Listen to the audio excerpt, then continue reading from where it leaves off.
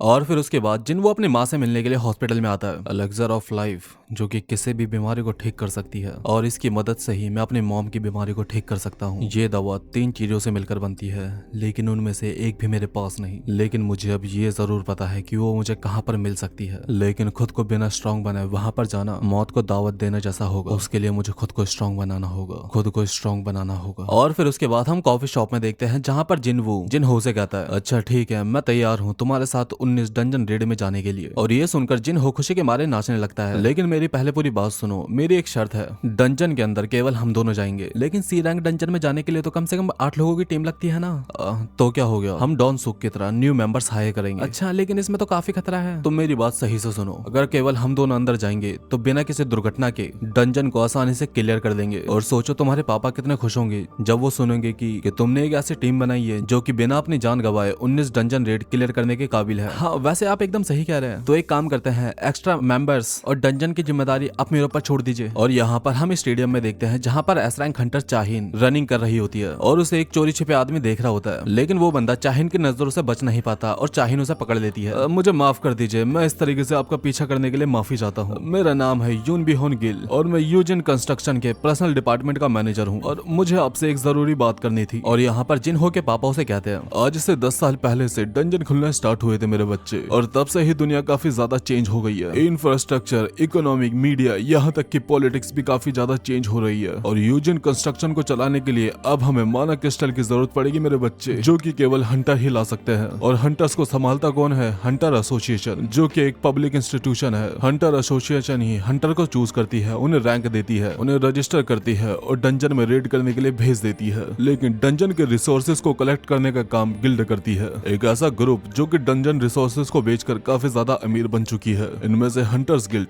White tiger guild, reaper guild और night guild दुनिया के 5 सबसे ज्यादा अच्छे गिल्ड्स हैं। और ये सब देखने के बाद में मैं बस हाथ पे हाथ धरे नहीं बैठ सकता। हमने इस देश के लिए बहुत कुछ करा है और डंजन के रिसोर्सेज को संभालने की जिम्मेदारी हमारी ही होनी चाहिए। और इसीलिए मैं भी एक गिल्ड तैयार करना चाहता हूँ।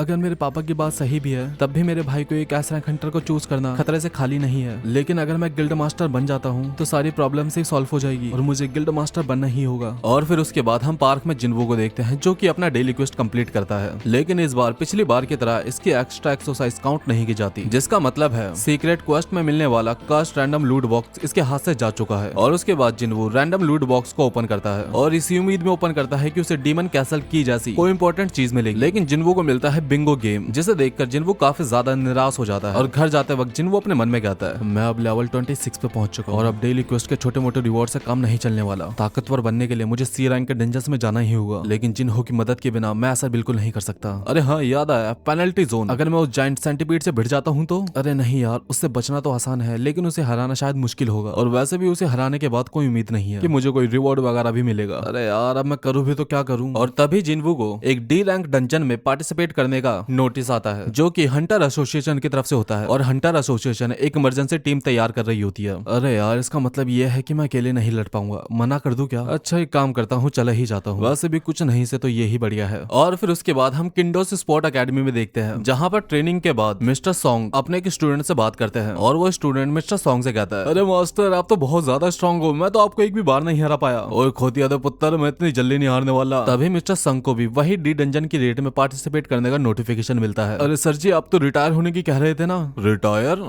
हाँ, वैसे मेरे जैसा एक हाथ वाला बुढ़ा कर भी कह सकता है, लेकिन जब तक मेरी सांस में सांस चलेगी मैं अपने देश के लिए कुछ करना चाहता हूँ। और यहाँ पर मिस्टर किम के भी पास उसी डी डंजन की रेट का नोटिफिकेशन आता है। लेकिन मिस्टर किम की बीबी कहती है, अच्छा सुनिए, वैसे आपको नहीं लगता कि आपको हंटर की जॉब के अलावा कोई दूसरा काम कर लेना चाहिए? पिछली बार आप मरते मरते बचे थे, प्लीज ये काम छोड़ दीजिए ना। नहीं, मैं ये काम इतनी जल्दी नहीं छोड़ सकता। हमारी छोटी बेटी कल से एलकेजी में जाने लगेगी और हमारी बड़ी बेटी भी मिडिल स्कूल में जाने लगेगी। इन दोनों की परवरिश के लिए पैसे कहाँ से आएंगे? और तुम मेरी फिक्र मत करो, हंटर एसोसिएशन हम जैसे कमजोर हंटर्स को किसी मुश्किल मिशन पे तो बिल्कुल नहीं भेजेगी। पिछली बार जो हुआ था वो बस एक दुर्घटना थी। और यहाँ पर हम हंटर एसोसिएशन के हेडक्वार्टर क्वार्टर में देखते हैं, जहाँ पर एस रैंक हंटर बी होंग मिस्टर चोई से कहता है, अरे यार आपकी हिम्मत कैसी है मुझे उस घटिया इंटरव्यू में भेजने की, मेरा इतना सारा टाइम वेस्ट कर दिया उन्होंने। कुछ भी हो, लेकिन मुझे आपके आंसर्स काफी ज्यादा पसंद आए, वो इंटरव्यू काफी बढ़िया था। ओए बैटरी चुप कर जाओ, वो इंटरव्यू तेरे लिए था ना कि मेरे लिए, ठीक है ना। लेकिन मेरी बात तो सुनो, उन्हें एक अच्छे कैरेक्टर वाला हंटर चाहिए था जो कि अपनी जॉब को काफी ज्यादा सीरियसली लेता हो। और क्या मुझे देखकर आपको वैसी वाइब आती है? हाँ हाँ ठीक है, बकवास करना बंद करो और ये बताओ कि मुझे यहाँ पर क्यों बुलाया है, क्या काम है मुझसे? उस फाइल को देखो, यूजी कंस्ट्रक्शन अपने खुद के एक गिल्ड बनाने वाली है और ऐसा सुनने में आया कि वो तुम्हारे गिल्ड के एस रैंक हंटर्स को खरीदने की कोशिश कर रही है। अरे हाँ हाँ मुझे पता है इस बारे में, बातें घुमाना बंद करो और सीधा मुद्दे पर आओ। और मैं तुमसे आखिरी बार पूछूंगा कि बात क्या है? जेजो आइलैंड के बारे में तुम्हारा क्या ख्याल है? डंजन को ना क्लियर कर पाने की नाकामयाबी के बाद उस आइलैंड को हमेशा के लिए बंद कर दिया गया और समुद्र में बस दूर खड़े रहकर ही लोगों को उस आइलैंड की जानकारी दी जाती है। हमारा शहर जेजो आइलैंड को भूलने की कोशिश करता है, लेकिन जो उस आइलैंड पे हुआ था मैं वो कभी नहीं भूल सकता और मैं उस आइलैंड को आने वाले फ्यूचर में क्लियर करने की सोच रहा हूँ। और इसके लिए मुझे तुम्हारा साथ चाहिए और इसके लिए हमें और भी ज्यादा ताकतवर बनना पड़ेगा। हमें नए मेंबर्स ढूंढने पड़ेंगे और जेजो आइलैंड का डर लोगों के मन से हमेशा के लिए निकालना होगा। बेकियन हो, तुमने भी तो उस आइलैंड पे किसी को खोया था ना। और फिर उसके बाद हम जेजो आइलैंड के फ्लैशबैक्स को देखते हैं, जहाँ पर युन सियोक नाम के एक एस रैंक हीलर की मौत हो गई थी और फिर बैक होन यो वहाँ से जाने लगता है। तभी उसे रास्ते में एस रैंक हंटर चाहिन मिलती है और फिर दोनों एक दूसरे को ग्रीट करते हैं और फिर चाहिन चोई से मिलती है। आज सुबह ट्रेनिंग करते हुए यूजिन कंस्ट्रक्शन कंपनी का एक बंदा मुझसे मिलने के लिए आया था और बात यह है कि उनकी कंपनी एक नई गिल्ड तैयार कर रही है और वो चाहते हैं कि मैं उनकी गिल्ड मास्टर बनूं। लेकिन मास्टर चोई, मैंने उनको ये ऑफर ठुकरा दिया है और मुझे लगा कि आपको इस बात के बारे में पता होना चाहिए, इसलिए मैं यहाँ पर आ गई। तुम्हारे डिसीजन को सुनकर मुझे राहत मिली और मुझे इस बारे में आगाह करने के लिए तुम्हारा शुक्रिया। और अगले दिन जिनवू डंजन रेड के लिए जाने लगता है, तभी जिन्हा यहाँ पर आ जाती है। भैया आजकल आप इतना ज्यादा बिजी होने लगे हो कि मुझे यकीन भी नहीं आता कि आप मेरे पहले पुराने वाले भाई हो, जो कि पहले हर रेड के बाद चोट खाकर काफी लंबे टाइम तक छुट्टी पर रहता था। लगता है कि आपकी ट्रेनिंग काम कर रही है।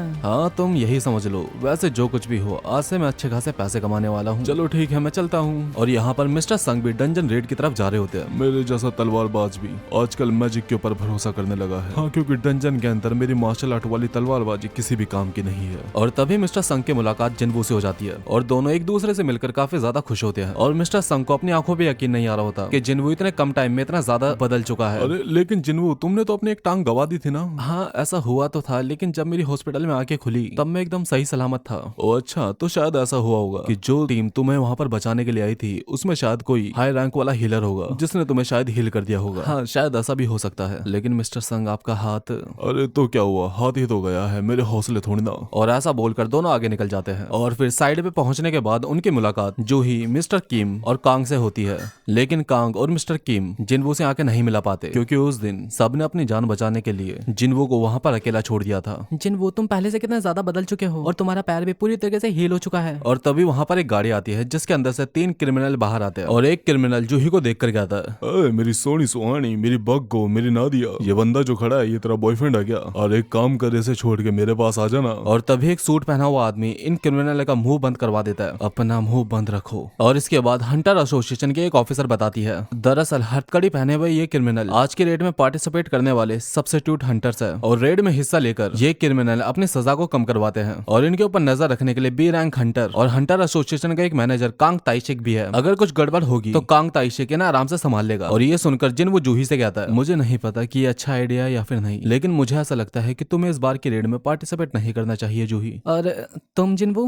मैं अंदर जाने वाला हूँ। हाँ तो फिर मैं भी तुम्हारे साथ अंदर जाऊंगी। कांग ताइशिक उन क्रिमिनल्स की हथकड़ियों को खोल देता है। अगर तुम में से किसी ने भी होशियारी करने की कोई भी कोशिश करी तो तुम्हारी कटी हुई गर्दन को अपने हाथों में लेकर तुम्हारा कसूर पूछूंगा। आई बात समझ में? और फिर उसके बाद कांग ताइशिक जिनवू और मिस्टर संग के पास आ जाता है। आप लोग इन क्रिमिनल्स के बारे में बिल्कुल भी चिंता मत करो, इन्हें मैं संभाल लूंगा। वैसे आप मुझे एक बात बता सकते हैं कि आप दोनों में से टीम का लीडर कौन बनेगा? और ये सुनकर मिस्टर सॉन्ग जिनवू से कहता है, जिनवू क्या मैं इस बार टीम का लीडर बन सकता हूँ? हाँ हाँ, मुझे इसमें कोई दिक्कत नहीं है। जिनवू, मुझे चांस देने के लिए शुक्रिया। उस दिन मेरी वजह से 7 लोगों की जाने गई थी, लेकिन तुम्हारी वजह से वहाँ से 6 लोग जिंदा वापस लौटे थे। तो बाकियों की तरफ से मैं तुमसे कहना चाहता हूँ कि हम तुम्हारे काफी ज्यादा आभारी है जिनवू। तुमने जो हमारे लिए किया हम जिंदगी में कभी नहीं भूल सकते। और फिर उसके बाद सभी लोग डंजन के अंदर जाने के लिए निकल पड़ते हैं। तो गाइस यही थी आज की वीडियो। आई होप आपको वीडियो पसंद आई होगी। तो मिलते हैं नेक्स्ट वीडियो में, तब तक के लिए सभी को दत्त भाइयों।